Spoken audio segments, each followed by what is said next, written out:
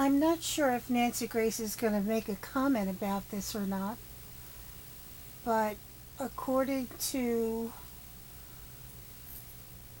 word has it that the bio mom is supposed to be doing an interview in Australia, and that's supposed to air Friday morning, Friday evening, Australian time at 6 o'clock. So I'm not sure if Nancy's going to mention it, because right now she doesn't know that the bio mom has been posting out on the internet.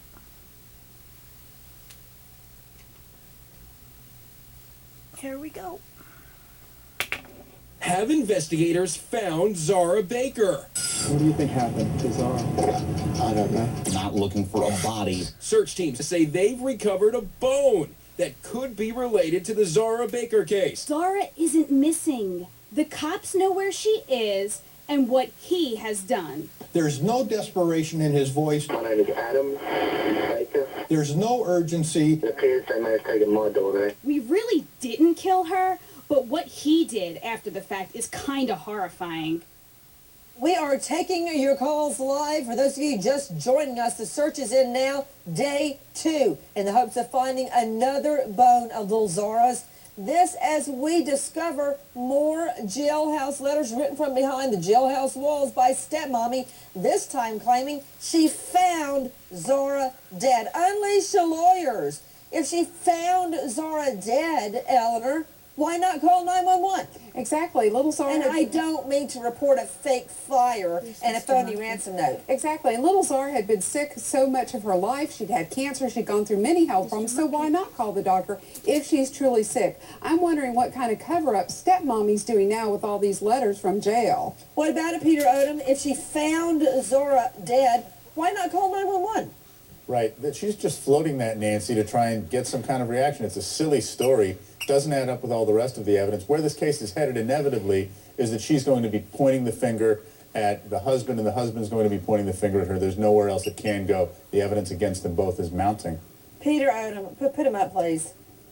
You are in the position, by your own choosing, of being a criminal defense attorney. Yes, and I'm giving you the facts. Now, what's your defense? If I'm mom's attorney, I'm pointing at dad. If I'm dad's attorney, I'm pointing at mom. I'm telling you that the way the evidence is mounting up, original. That's the only way they're going to go. It's not about being original. It's about trying to figure out the best defense for them, Nancy. What about it, Alex Sanchez? You know, most people are expressing absolute disdain and horror at her behavior and those written statements that she had made. There's a complete alternate explanation here. And that this woman is under the complete dominion and control of someone else. And we know who that other person is. In effect, she's under the spell of this husband that was in her house. And one is wondering whether or not she was operating at his command and control. So you're going to try and apply the battered women defense syndrome to stepmommy murdering her daughter? She's a very disturbed individual. It wouldn't surprise me in this I don't think it works that way. I think, having done it for about 2 decades, it's when you snap and you kill the beater, the abuser. You don't kill your stepdaughter and blame it on domestic abuse by your husband. Now we know that stepmothers, not all stepmothers, but we know in the criminal world, stepmothers do kill the child of their husband, their stepchild. Now, I'm not quite sure where Nancy's not thinking tonight, because although in the Kyron Horman case, we don't know what happened, but of course the stepmother was the last one to see Kyron, but Kyron was her stepchild and Terry was the stepmother. I have to be quiet. Right, Amy?